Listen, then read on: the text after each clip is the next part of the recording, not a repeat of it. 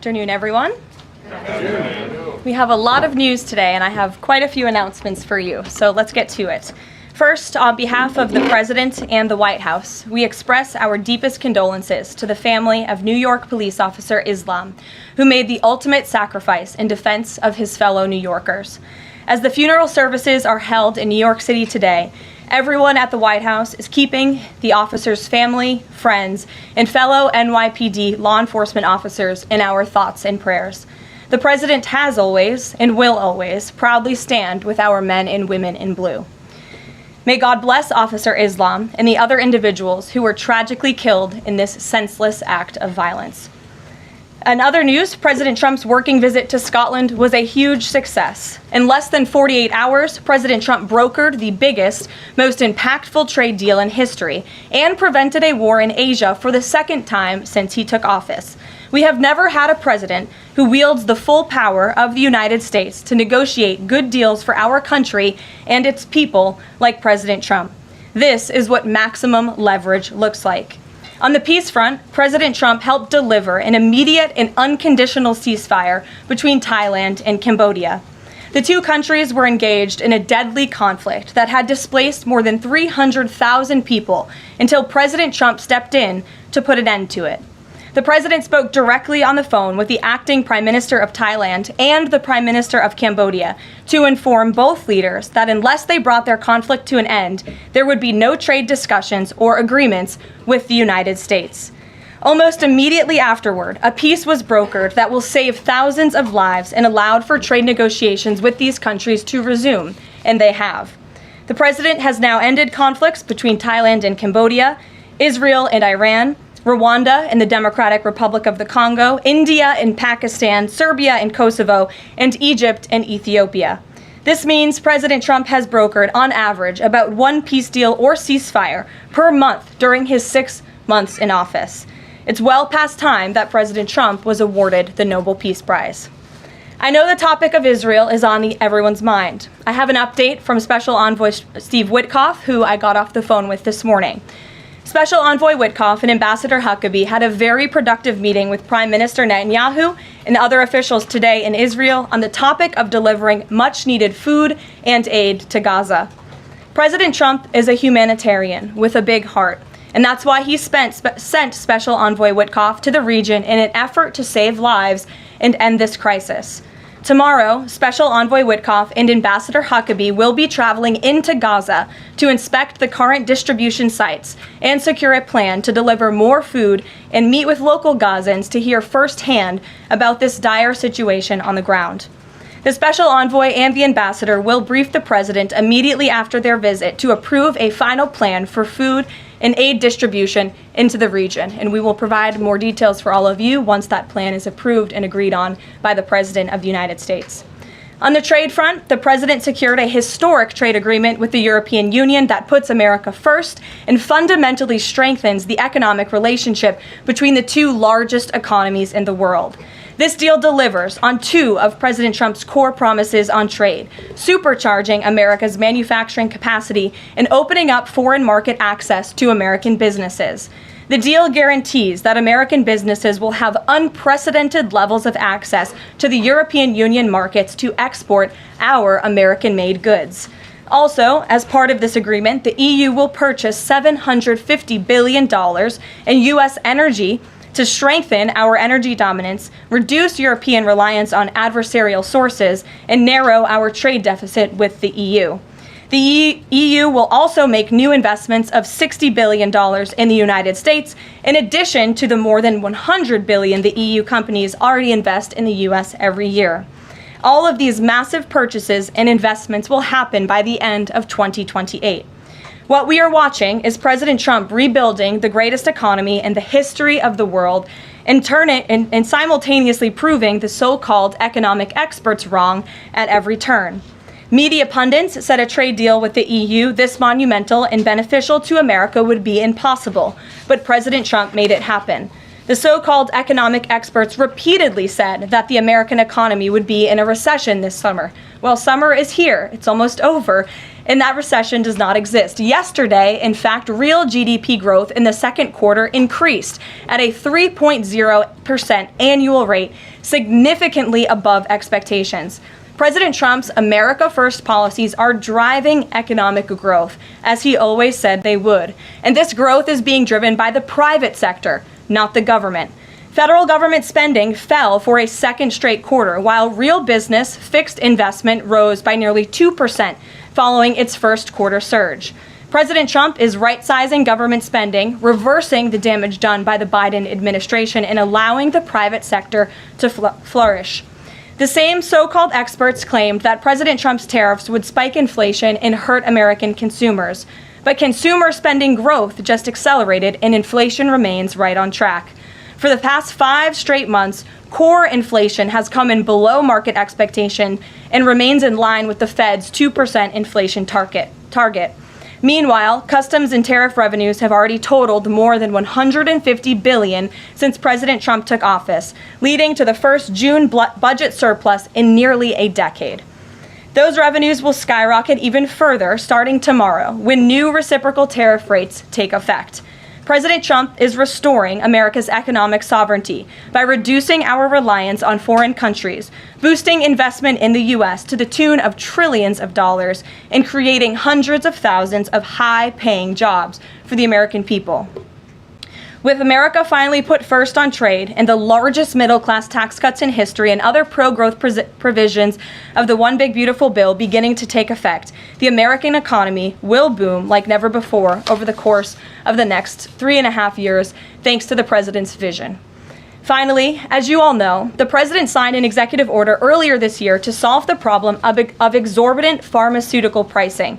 According to recent data, the prices that Americans have been paying for brand name drugs are more than 3 times the price other similarly developed nations pay. The president is determined to solve this problem and took further action today. He has signed 17 letters to pharmaceutical companies' CEOs, and I would like to read you one of these letters to the CEO of Eli Lilly. All of these letters will be provided to you following this briefing. This is to the CEO of Eli Lilly from the President of the United States. On May 12, 2025, I signed an executive order delivering most favored nation prescription drug pricing to American patients to stop global freeloading and guarantee that Americans pay the same prices enjoyed by other developed nations. Right now, brand name drugs in the United States are up to 3 times higher on average than anywhere else for the identical medicines. This unacceptable burden on hardworking American families ends with my administration. Most proposals the Trump administration has received to resolve this critical issue promised more of the same, shifting blame and requesting policy changes that would result in billions of dollars in handouts to industry. Moving forward, the only thing I will accept from drug manufacturers is a commitment that provides American families immediate relief from the vastly inflated drug prices and an end to the free ride of American innovation by European and other developed nations. Accordingly, I'm calling on Eli Lilly and Company and every manufacturer doing business in our great country to take the following actions within the next 60 days. Extend the most favored nation pricing to Medicaid, guarantee most favored nation pricing for newly launched drugs, return increased revenues abroad to American patients and taxpayers, provide for direct purchasing at most favored nation pricing. The President's team, including Secretary Kennedy and Administrator Oz, stand ready to implement these terms. The President expects to further engage with them immediately in good faith to deliver relief for American families. Make no mistake, a collaborative effort towards achieving global pricing parity would be the most effective path for companies, the government, and American patients. But if you refuse to step up, we will deploy every tool in our arsenal to protect American families from continued abusive drug pricing practices. Americans are demanding lower drug prices, and they need them today. Other nations have been freeloading on U.S. innovation for far too long, and it is time they pay their fair share. I look forward to your binding commitments to each of these goals by September 29th, 2025, and my team stands ready to assist with implementation questions. Thank you for your immediate attention to this vital national priority. Signed, President Donald J. Trump. Again, to the CEO of Eli Lilly, this letter in its form has been designed for each of the 17 major drug and pharmaceutical companies in the United States, and we're happy to provide you the full list. And I believe you will see all 17 letters popping on Truth Social very shortly, so you can look out for those, and I'm happy to take any further questions. Before we get to questions, I do have one other announcement from the White House and from the President. We are proud to announce that the construction of the new White House ballroom will begin. For 150 years, presidents, administrations, and White House staff have longed for a large event space on the White House complex that can hold substantially more guests than currently allowed. President Trump has expressed his commitment to solving this problem on behalf of future administrations and the American people. The White House is one of the most beautiful and historic buildings in the world. Yet the White House is currently unable to host major functions, honoring world leaders in other countries without having to install a large and unsightly tent approximately 100 yards away from the main building's entrance. The White House State Ballroom will be a much-needed and exquisite addition of approximately 90,000 total square feet of innately designed and carefully crafted space with a seated capacity of 650 people, which is a significant increase from the 200-person seated capacity in the East Room of the White House. In recent weeks, President Trump has held several meetings with members of the White House staff, the National Park Service, the White House Military Office, and the United States Secret Service to discuss design features and planning. President Trump has chosen McCreary Architects as the lead architect, which is well known for their classical architectural design and based right here in our nation's capital. The construction team will be headed by Clark Construction, and the engineering team will be led by AECOM. The project will begin in September 2025, and it is expected to be completed long before the end of President Trump's term. President Trump and other donors have generously committed to donating the funds necessary to build this approximately $200 million structure.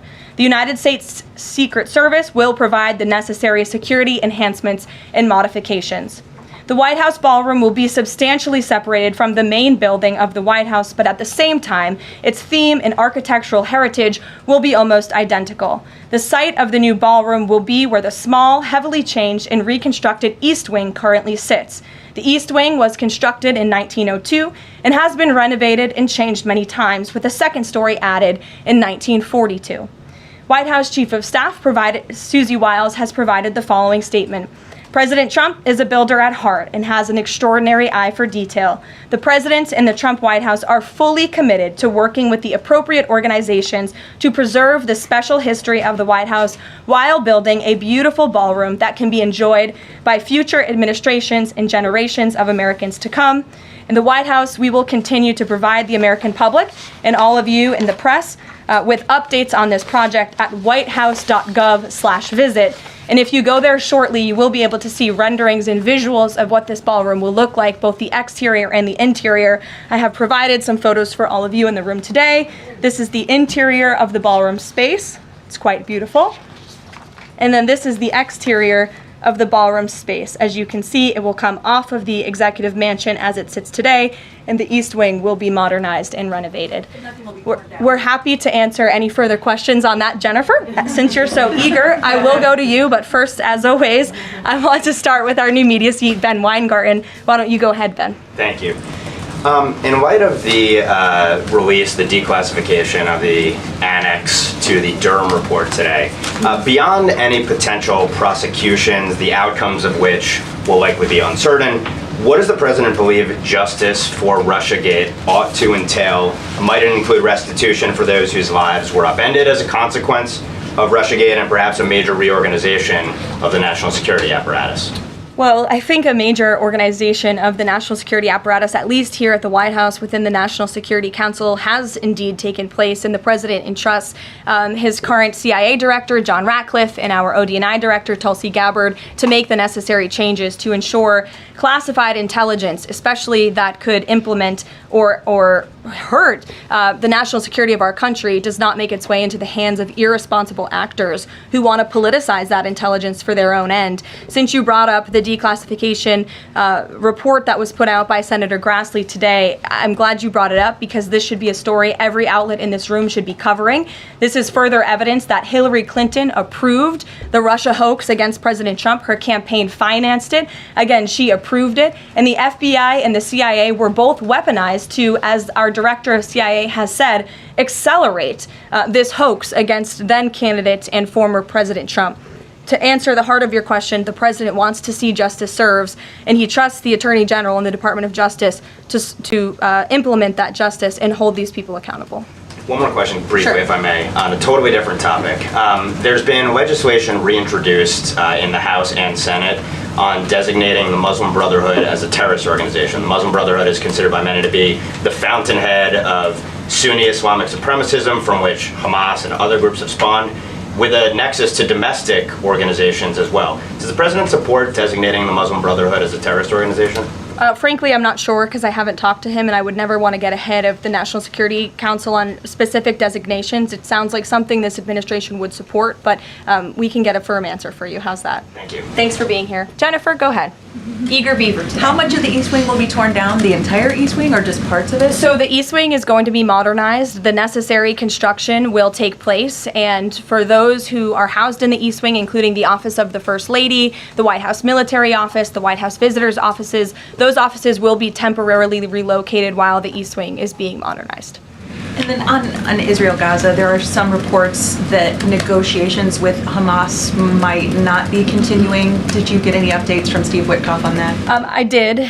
Special Envoy Witkoff is actively talking with our counterparts in Israel about that, and he wants to give some grace to the president so he can fully brief the president on what he's learning on the ground in both Israel and Gaza.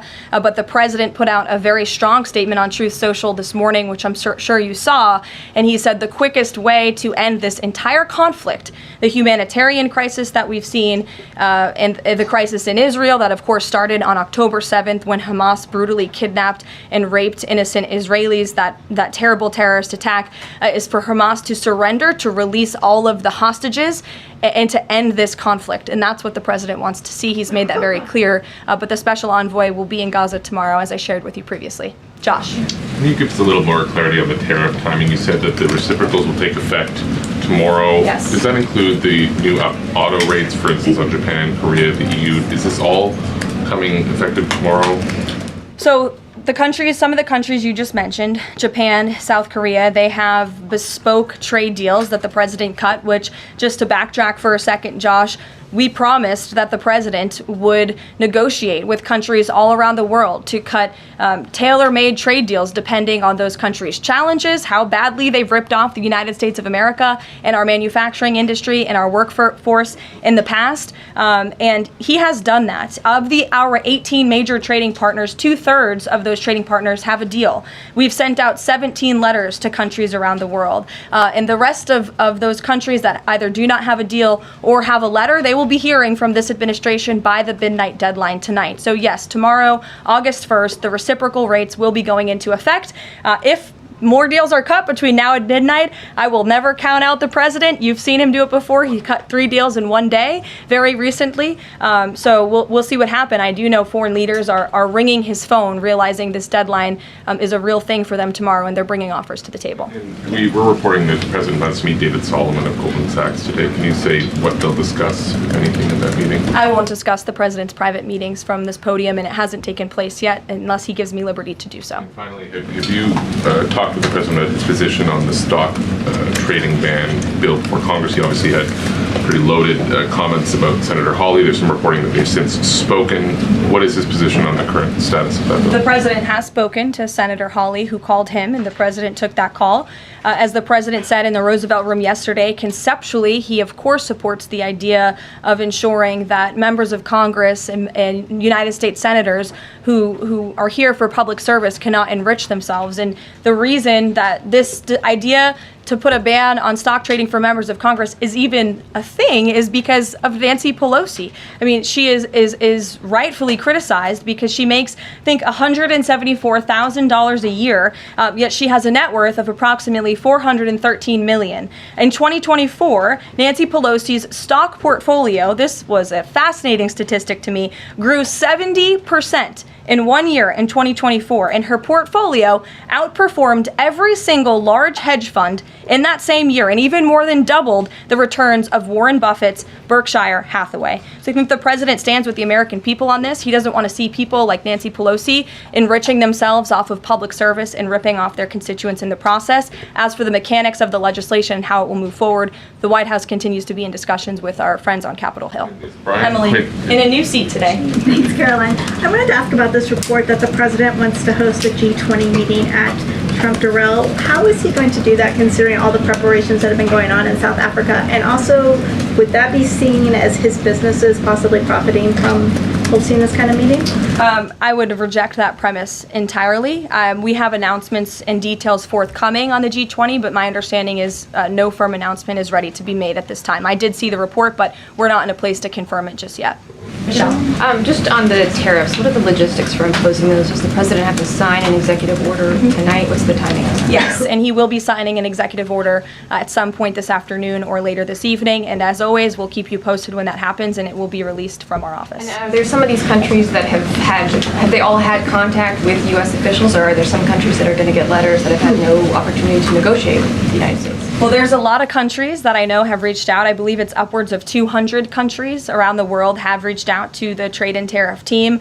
Of course, as I said previously, and the president said, we're going to prioritize our key trading partners, which we have done. Like I said, of the 18, 2/3 of those we have cut these tailor-made deals with. But I do know that the trade team has been working around the clock to try to be in correspondence with as many countries as possible. But if they haven't heard from us yet, they will in the form of a letter or an executive order by midnight tonight.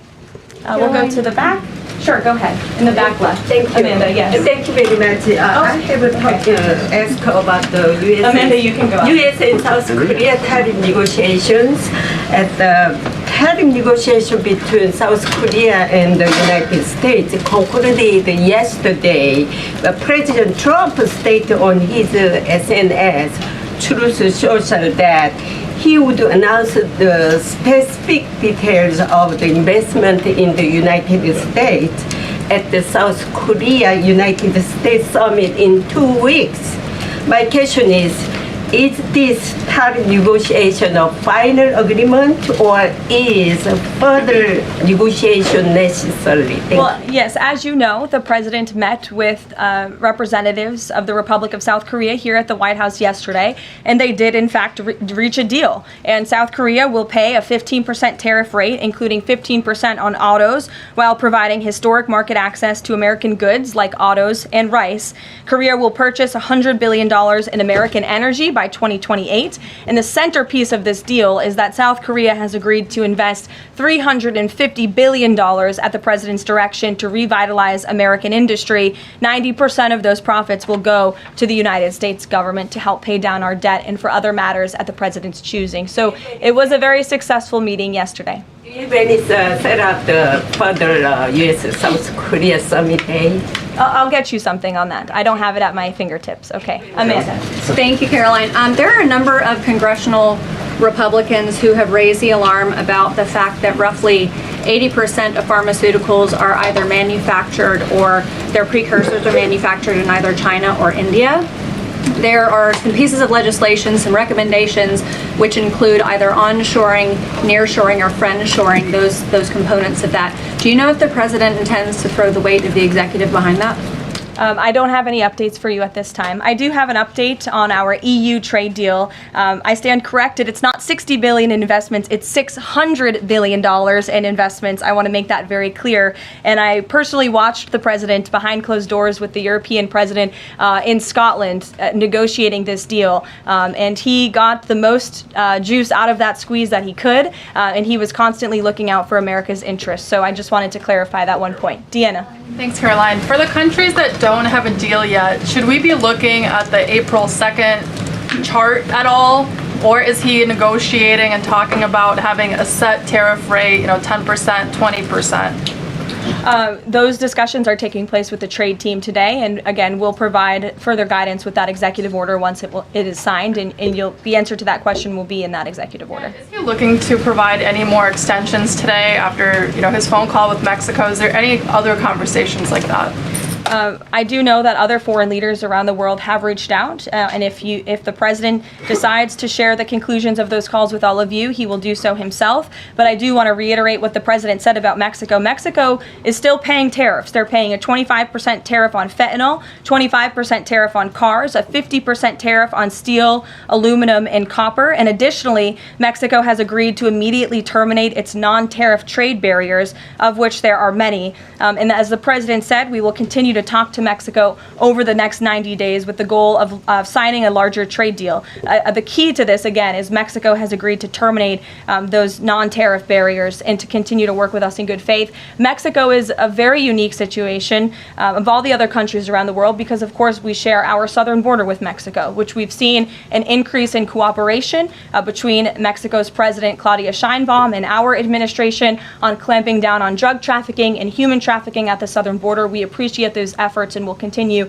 to work in good faith and to continue to have these trade discussions as well. Joey. Yeah, thanks, Caroline. Just clarifying on a previous question.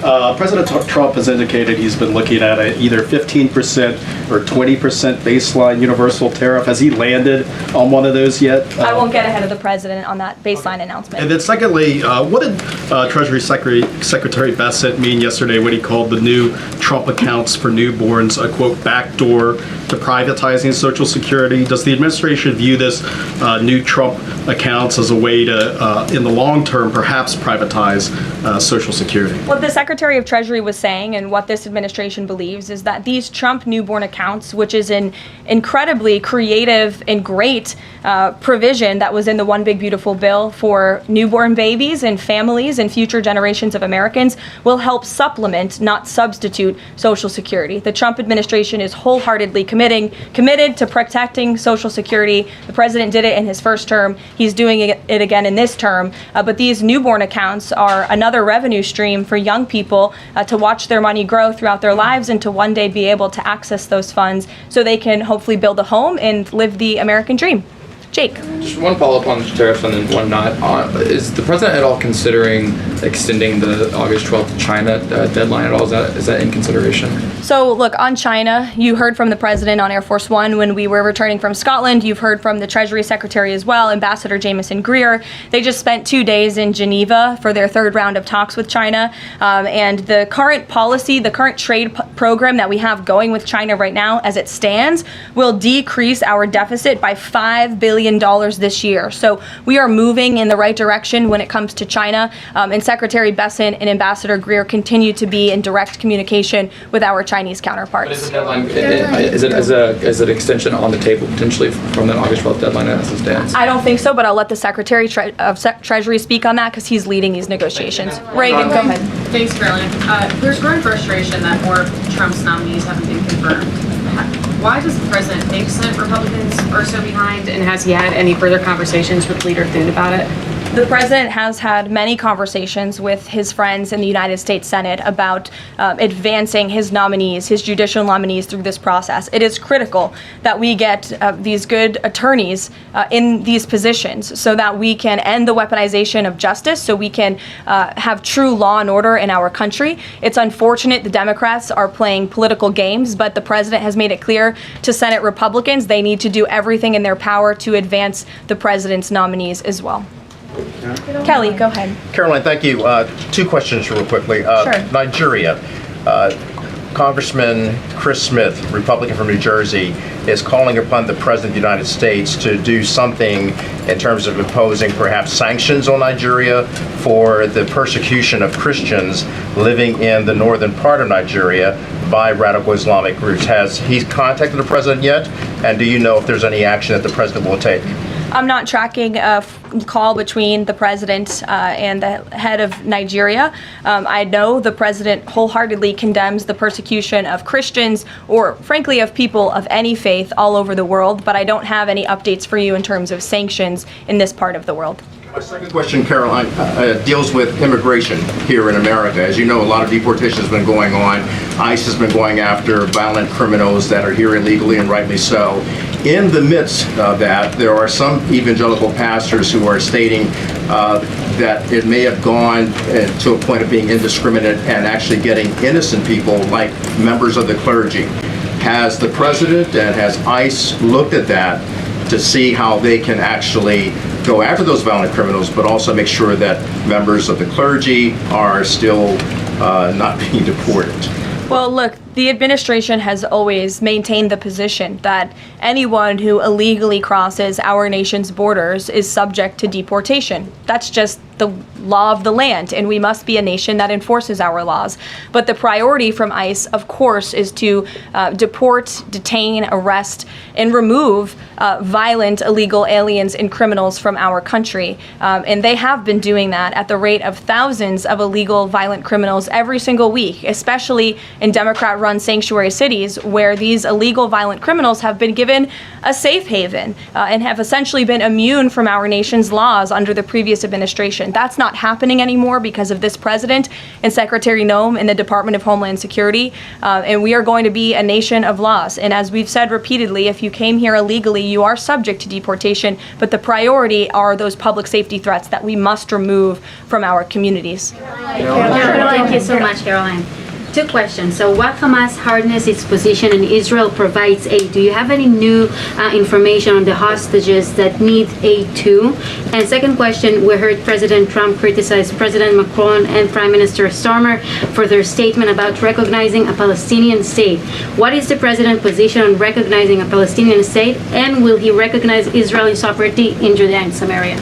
I can answer both of those questions for you. On the second question about a Palestinian state, the president expressed his displeasure and his disagreement with the leaders of France, the United Kingdom, and Canada. He feels as though that's rewarding Hamas at a time where Hamas is the true impediment to a ceasefire and to the release of all of the hostages. So to your first question, the president wants to see all of the hostages released. He cares deeply about this. He has met with many of the former hostages, many of the families of those who have loved ones who are still being held hostage in Gaza. I have met with them too. It is absolutely devastating what these poor people have been through, and the president is always thinking about them, and that's why he's designated his special envoy, Steve Witkoff, who's doing a tremendous job to release the hostages and to end this conflict. But the president has always said the last remaining hostages, now there are 20 living hostages in Gaza, will always be the hardest because Hamas is unfortunately using these innocent people as bargaining chips. But nevertheless, we are committed to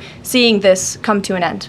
Elizabeth. Thanks, Caroline. Part of the settlement with Brown prohibits it from performing transgender procedures or prescribing hormone, puberty blockers, that type of thing.